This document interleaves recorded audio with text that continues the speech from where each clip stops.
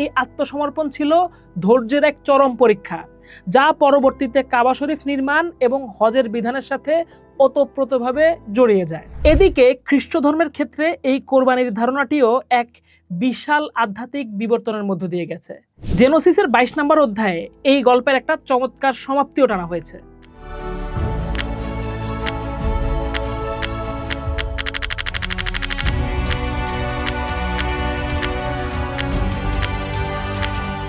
Semitic ধর্মগুলো, বিশেষ করে ইহুদি, খ্রিস্টান এবং ইসলাম ধর্মে কোরবানির ইতিহাস প্রায় কাছাকাছি, তবে কিছুটা পার্থক্য তো থাকেই। আজকে আমরা সেই পার্থক্যগুলোই বোঝার চেষ্টা করব। একে বুঝতে হলে আমাদের ফিরে যেতে হবে কয়েক হাজার বছর আগে, হযরত ইব্রাহিম আলাইহিস সালামের সেই অগ্নি পরীক্ষার দিনগুলোতে। আমরা জানি ইহুদি, খ্রিস্টান ও ইসলাম তিনটি ধর্মই ইব্রাহিম আলাইহিস সালামকে তাদের বিশ্বাসের আদি পিতা হিসাবে মেনে নেয়। কিন্তু কোরবানির সেই চূড়ান্ত মুহূর্তে ছুরির নিচে আসলে কে ছিলেন এবং সেই ত্যাগের পরিণতি কি হয়েছিল তা নিয়ে তিনটা দর্শনে রয়েছে গুরুত্বপূর্ণ তাত্ত্বিক পার্থক্য। ইহুদি ধর্মের পবিত্র গ্রন্থ তোরাহ বা বাইবেলের ওল্ড টেস্টামেন্ট আদি পুস্তকের জেনেসিসের 22 নম্বর অধ্যায়ে এই কোরবানির ঘটনার বিস্তারিত বিবরণ উল্লেখ করে। সেখানে স্পষ্ট করে বলা হয়েছে যে ঈশ্বর আব্রাহামকে বললেন, তোমার একমাত্র পুত্রকে, যাকে তুমি ভালোবাসো, সেই ইসহাককে নিয়ে চলো এবং আমি তোমাকে যেই পাহাড়ের কথা বলবো সেখানে তাকে উৎসর্গ করো।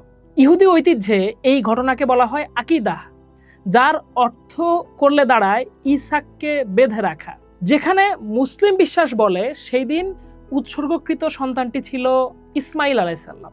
ইহুদিদের মতে ইসহাক ছিলেন ইব্রাহিমের সেই প্রতিশ্রুত সন্তান, যার মাধ্যমে বনি ইসরাইলের বংশধারা প্রবাহিত হবে। জেনোসিসের 22 নম্বর অধ্যায়ে এই গল্পের একটা চমৎকার সমাপ্তিও টানা হয়েছে। সেখানে উল্লেখ আছে যে আব্রাহাম যখন তার পুত্রকে জবেহ করার জন্য ছুরি তুলেছিলেন, ঠিক তখনই এক স্বর্গীয় দূত তাকে থামিয়ে দেন। আব্রাহাম তখন মাথা তুলে তাকিয়ে দেখলেন পিছনে একটি ঝোপের মধ্যে একটা মেষ। তিনি তার পুত্রের পরিবর্তে সেই মেষটিকেই উৎসর্গ করলেন। অর্থাৎ এখানে মেষটিকে কিন্তু ইব্রাহিমই নিয়ে এসে উৎসর্গ করেন, তার পুত্রের জায়গায় মেষটি নিজে নিজে পরিবর্তিত হয়ে যায়নি। ইহুদিদের জন্য এই মেষ বা দুম্বা প্রতিস্থাপনের বিষয়টি অত্যন্ত তাৎপর্যপূর্ণ, কারণ এটি প্রমাণ করে যে ঈশ্বর মানুষের রক্ত নয়, বরং বান্দার আনুগত্য চান। তবে 70 খ্রিস্টাব্দে রোমানদের দ্বারা জেরুজালেমের দ্বিতীয় মন্দির ধ্বংস হওয়ার পর ইহুদিদের মধ্যে এই পশু কোরবানির বিধানটি পরিবর্তিত হয়ে যায়। মন্দিরের অনুপস্থিতিতে পশু উৎসর্গ করাও বন্ধ হয়ে যায়। তারা এখন প্রার্থনা এবং দান খয়রাতকেই কোরবানির বিকল্প হিসেবে গণ্য করে। তাদের কাছে কোরবানি এখন হৃদয়ের ব্যাকুলতা। এদিকে খ্রিস্ট ধর্মের ক্ষেত্রে এই কোরবানির ধারণাটিও এক বিশাল আধ্যাত্মিক বিবর্তনের মধ্য দিয়ে গেছে।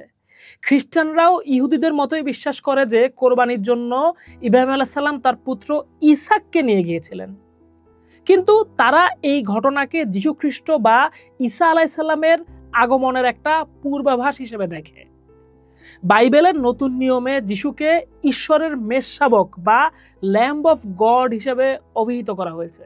খ্রিস্টান ধর্মতত্ত্ব অনুযায়ী ইব্রাহিম যেমন তার পুত্রকে উৎসর্গ করতে চেয়েছিলেন, ঠিক তেমনি ঈশ্বর মানবজাতির পাপ মোচনের জন্য তার পুত্র যিশুকে ক্রুশবিদ্ধ হওয়ার মাধ্যমে উৎসর্গ করেছেন।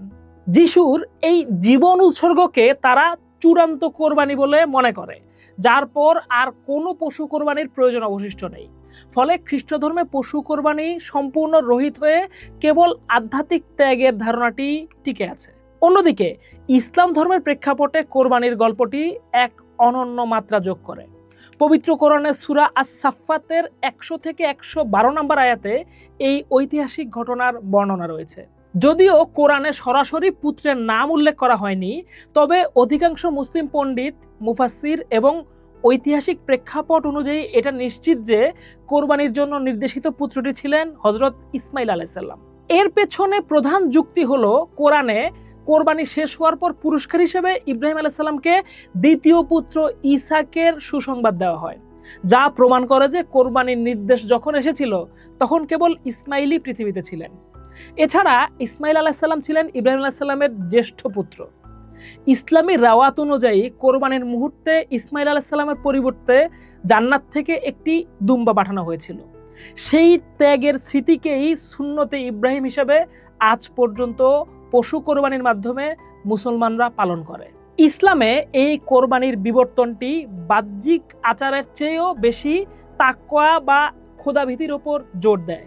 সূরা হজের 37 নম্বর আয়াতে আল্লাহ পরিষ্কার করে দিয়েছেন যে কোরবানির পশুর মাংস বা রক্ত আল্লাহর কাছে পৌঁছায় না, বরং পৌঁছায় বান্দার পরহেজগারি। ইসলাম পশু কোরবানির এই প্রথাকে জারি রেখেছে সুন্নতে ইব্রাহিম হিসাবে, যা প্রতি বছর মুসলিম উম্মাহকে মনে করিয়ে দেয় যে আল্লাহর সন্তুষ্টির জন্য নিজের সবচেয়ে প্রিয় বস্তুকে ত্যাগ করতে প্রস্তুত থাকতে হবে।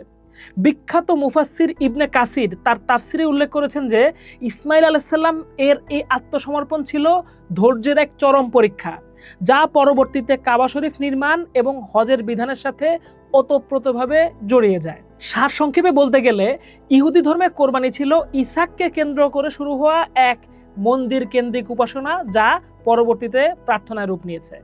খ্রিস্ট ধর্মে তা ইসাকের ছায়া থেকে বেরিয়ে এসে যিশুর আত্মত্যাগের মাধ্যমে একটা বৈশ্বিক পাপ মুক্তির তত্ত্বে পরিণত হয়েছে। আর ইসলামে তা ইসমাইল আলাইসাল্লামের স্মৃতি ধারণ করে পশু কোরবানির মাধ্যমে নিজের নফস বা অহংকার জবাহ করার একটা মহান প্রশিক্ষণে রূপ নিয়েছে। ইসাক বনাম ইসমাইলের এই বিতর্ক কেবল নামের ভিন্নতা নয়, বরং এটি প্রতিটি ধর্মের নিজস্ব লক্ষ্য ও দর্শনের প্রতিফলন। কিন্তু এই তিনটি সেমিটিক স্কুলের মূল সুর এক, আর তা হলো স্রষ্টার ইচ্ছার কাছে নিজের আমিকে নিঃশর্তভাবে সঁপে দেওয়া। সময়ের অন্য পাঠ দেখুন, থাকুন ঢাকা পেপারসের সাথে। ভিজিট করুন www.dhakapapers.com, ফলো করুন ঢাকা পেপারসের ফেসবুক পেজ, সাবস্ক্রাইব করুন ঢাকা পেপারসের ইউটিউব চ্যানেল।